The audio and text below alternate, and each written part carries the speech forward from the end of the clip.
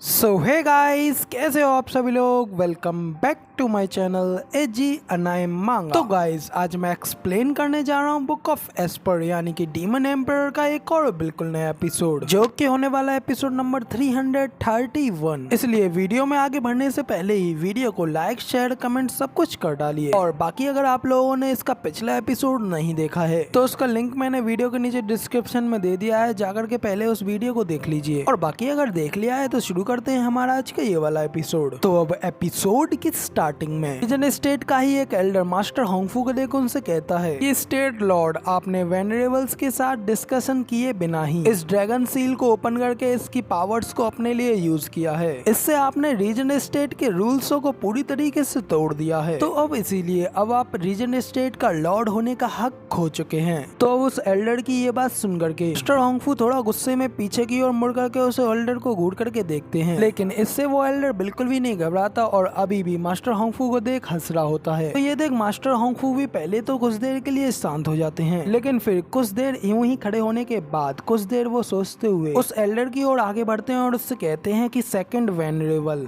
तुम्हारा ये सब कहने का आखिर क्या मतलब है? आखिर आपने अभी अभी क्या कहा? मैं वहाँ पे इतनी दूर खड़े होकर के आपकी बात ढंग से सुन नहीं सका, तो प्लीज क्या आप एक बार फिर से अपनी बात को रिपीट करेंगे? तो वो एल्डर ये सुन बड़े ही एटीट्यूड में कहता है कि मैं ये कहना चाहता हूँ कि तुम्हारे पास। तो अब वो एल्डर इतना कह ही पाता है कि तभी उसके सामने मास्टर होंगफू अपनी ड्रैगन पावर्स को रिलीज करते हैं। इससे वहाँ पे उनकी एनर्जी से गोल्डन कलर का एक काफी बड़ा ड्रैगन पेयर होता है और वो गोल्डन ड्रैगन सेकंड वेनरेबल के ऊपर सीधा रॉड कर करके दहाड़ रहा होता है। इधर उस ड्रैगन की रॉड की आवाज सुन करके सेकंड वेनरेबल की हालत काफी ज्यादा खराब हो जाती है। इसके साथ ही उसके कानों में से काफी ज्यादा खून निकल रहा होता है। वो कहता है कि नहीं, ऐसा लग रहा है कि मेरे कान नहीं रहे। लेकिन तभी हम लोगों को दिखाया जाता है कि उसी वक्त उस सेकंड वेनरेबल की ओर उसे खाने के लिए एक ब्लैक कलर की शैडो आगे बढ़ रही होती है। अभी वो शैडो सिर्फ एक ही बार में सेकंड वेनरेबल के सिर को उसके धड़ से अलग कर देती है और वहाँ पे उसकी बॉडी भी पूरी तरीके से डिवोवर होकर के वहाँ से गायब होने लगती है, जिसे देख करके ना सिर्फ बाकी के सभी एल्डर्स बल्कि होंगफू फेंगली भी काफी ज्यादा घबरा गया होता है। वो कहता है कि ये तो 9 ड्रैगन डायमंड बॉडी आर्ट है। तभी उसके इतना कहते ही हमें दिखाया जाता है मास्टर होंगफू को, जिसने अपने सिर को ड्रैगन हेड ट्रांसफॉर्मेशन कर लिया होता है। वो कहता है कि रीजन स्टेट के रूल्स सिर्फ और सिर्फ केवल ये हैं, पूरे रीजन स्टेट को सिर्फ और सिर्फ स्टेट लॉर्ड की बात माननी है। मुझे आशा है कि सभी वेनरेबल्स ने मेरी ये बात ढंग से सुन ली होगी। तो ये सुन सभी वेनरेबल्स भी काफी ज्यादा घबरा जाते हैं और उनसे कहते हैं हाँ स्टेट लॉर्ड, हम समझ गए, हम हमेशा आपकी बातों को मानेंगे। तो अब इधर सभी वेनरेबल्स की मास्टर होंगफू की बात के ऊपर एग्री होने के बाद हमें सरलैंग को दिखाया जाता है, जो कि मास्टर होंगफू के पास जाते हैं और उनसे कहते हैं कि बधाई हो स्टेट लॉर्ड, अब फाइनली हमारे पास भी इस वॉर में लड़ने की पावर आ गई है। ये सुन मास्टर होंगफू भी अपना किलिंग इंटेंट रिलीज करते हुए कहते हैं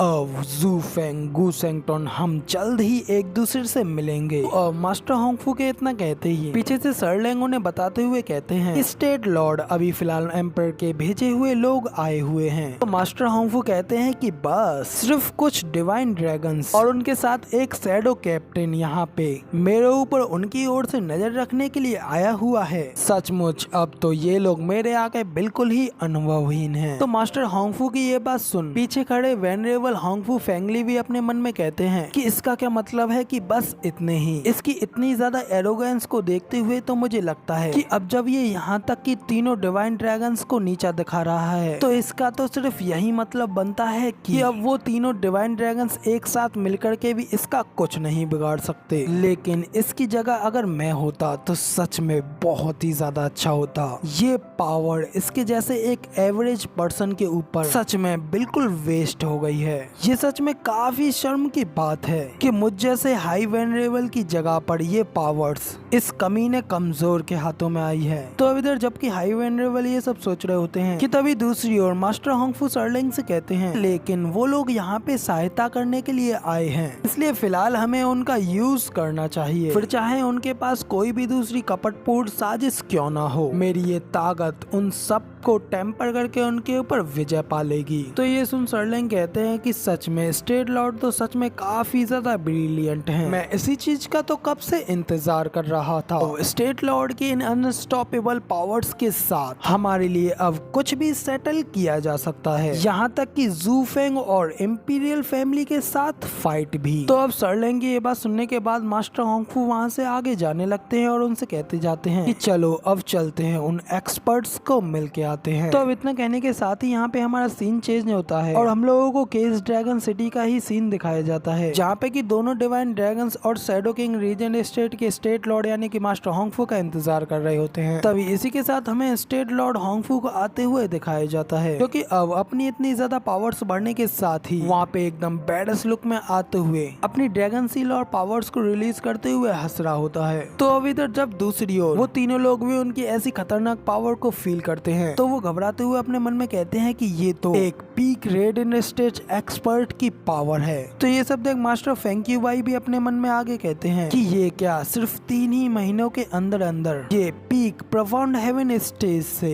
पीक रेड इन स्टेज पे आखिर ऐसे कैसे आ गया। इधर मिस्टर सीमा भी अपने मन में कहते हैं कि इसकी लेवल अप करने की ग्रोथ स्पीड तो यहाँ तक कि जू फेंग को भी सरपास्ट कर चुकी है। तो अब इधर दूसरी ओर मास्टर होंगफू भी वहाँ पे अंदर आते हुए उन लोगों से कहते हैं कि तो आप लोग यहाँ पे एम्परर के ऑर्डर्स पर यहाँ पे रीजन स्टेट की हेल्प करने के लिए आए हैं उस ट्रेटर जू फेंग को पकड़ने के लिए। इसके लिए तो मैं सच में आपका ट्रूली ग्रेटफुल हूँ। तो ठीक है, चलिए फिर इसी के साथ अब हम लोग इस चीज के प्लान्स और एक्शन के ऊपर बात करते हैं। तो मास्टर फेंकी भाई कहते हैं कि तो फिर ठीक है स्टेट लॉर्ड, अब आप ही हमें आगे बताएं कि हम लोगों को अब आगे कैसे बढ़ना चाहिए। तो मास्टर होंगफू हंसते हुए कहते हैं कि मैंने और सर्लिंग ने पहले ही इस चीज के ऊपर अच्छे से डिस्कस कर लिया है। किसी घुड़सवार को मारने के लिए सबसे पहले उसके घोड़ों को हटाने की जरूरत होती है, इसीलिए सबसे पहले हम लोगों को भी उस जू फेंग के विंग्सों को काटना चाहिए। और आप लोग तो अच्छी तरीके से जानते ही हैं कि drafting flower Edifice, valid dragon pavilion और स्वॉर्ड मार्किस अबॉर्ड, ये सभी लोग पहले से ही जू फेंग की साइड पे हैं। तो इसीलिए जू फेंग को पकड़ने से पहले हम लोगों को पहले जू फेंग को इन लोगों से कट ऑफ करने की जरूरत है। अब वक्त आ गया है कि हम लोग जू फेंग के उस अलाइज को तोड़ डालें और उन्हें अपनी इस मुट्ठी में पकड़ के दबा डालें। तो अब इधर मास्टर होंगफू की ये सारी बातें सुन करके मास्टर फेंकी भाई अपने मन में कहते हैं कि ये तो सीधा सीधा सभी हाउसेस को अपने कब्जे में करना चाहता है। दूसरी ओर मिस्टर सीमा भी यही सब सोचते हुए अपने मन में कहते हैं होंगफू टियानीवान के एम्बिशंस तो ऑलरेडी पहले से ही बिल्कुल एक ओपन सीक्रेट रहे हैं, लेकिन ये सब तो पहले से ही हमारे योर मैजेस्टी की प्लानिंग्स के अंडर आते हैं। तो अब इतना सोचने के साथ ही आगे मिस्टर सीमा मास्टर होंगफू से कहते हैं कि तो फिर ठीक है, फिर हम लोग स्टेट लॉर्ड मास्टर होंगफू की प्लानिंग्स के साथ ही चलेंगे। तो अब इधर मिस्टर सीमा की ये बात सुन करके मास्टर होंगफू भी हंसते हुए अपने मन में कहते हैं कि ओ, अब ये लाइन बिल्कुल सेम ऐसी है जैसे कि इंपीरियल फैमिली खुद मेरे एम्बिशंस को मुझे हासिल करवाने में मदद कर रही है। हालांकि इंपीरियल फैमिली जब तक अपने मामलों से निपटती है तब तक उसी समय में मुझे काफी तेजी से आगे बढ़ना होगा, जिससे कि सिचुएशन फिर से उसी डेड लॉक में आ जाएगी।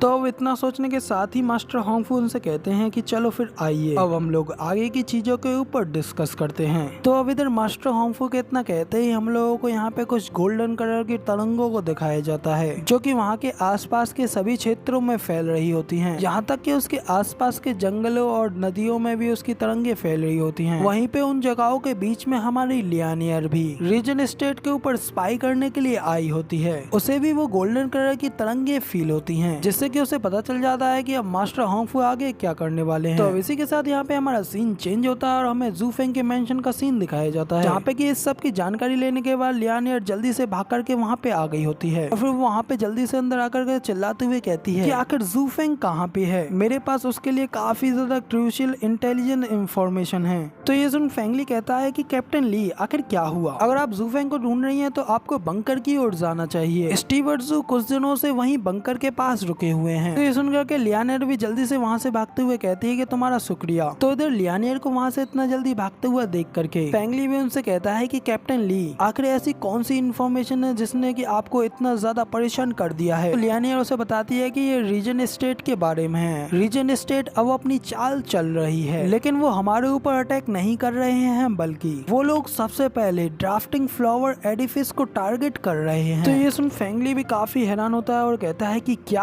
आपकी ये इन्फॉर्मेशन सच में बिल्कुल सटीक है। तो इधर लियानियर उसकी बातों का कोई जवाब नहीं देती और जल्दी से वहाँ से जू फेंग की ओर आगे भागने लगती है। तो ये देख पीछे से फेंगली कहता है कि कैप्टन ली रुकिए, मैं भी आपके साथ चल रहा हूँ स्टीवर्ट जू को ढूंढने के लिए। तो अब इन लोगों के ऐसे सीन के साथ यहाँ पे हमारा ये वाला एपिसोड पूरी तरीके से कंप्लीट हो जाता है। तो फिलहाल वीडियो पसंद आई हो तो यार एक लाइक कर देना और चैनल पे नए हो तो चैनल को सब्सक्राइब कर देना। साथ ही वीडियो कैसी लगी कमेंट करके जरूर बताना। शुक्रिया और मिलते हैं किसी और नई वीडियो में।